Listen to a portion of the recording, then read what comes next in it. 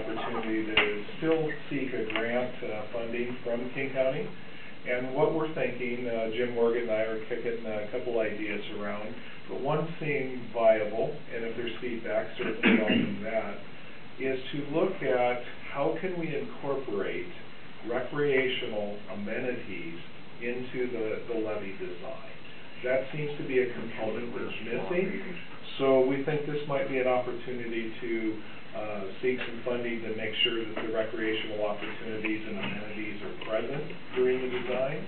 And if we're unsuccessful, nonetheless, I think we've really put a stake in the ground that this is important to our community and keep that conversation going forward. So that's the idea, and if council think that's worthwhile, I would like to move this forward with that concept, and then we would change the grant application to reflect that and keep that going forward next night.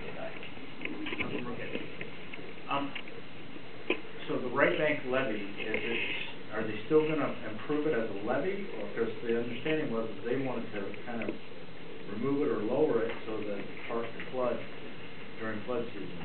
And if that happens, we're going to find ourselves always trying to do improvements every year that it does happen to flood because there's going to be damage done and probably siltation that's dropped off. And if the plan is to build the levee up and prevent water from getting in there, then I'm all for making amenities, part of the plan. But if it's just going to get flooded and have to be repaired, I'm not for that.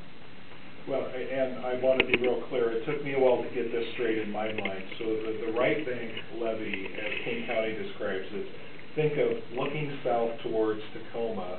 So it's everything to the west of the park. Yeah, it took me a while to keep that straight. Jack, correct me if I'm wrong, but I do believe the levee is an elevated earthen berm structure. It is now.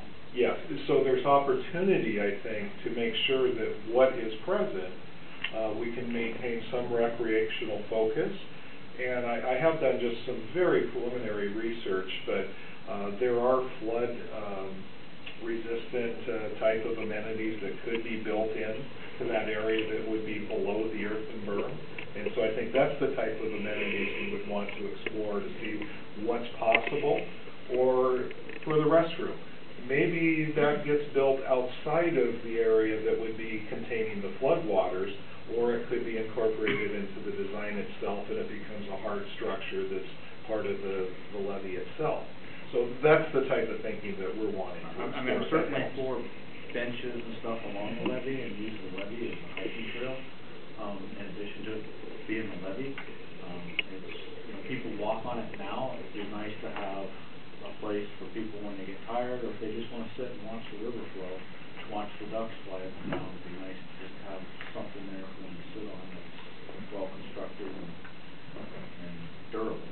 Yeah, and I think the idea is that this is the opportunity to try to explore and get some of those ideas back. Councilor Butler.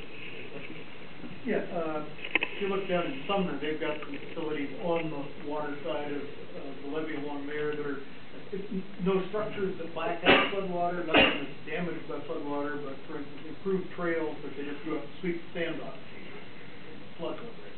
But yeah, no structures that get washed away or damaged, just amenities that can survive planned flooding.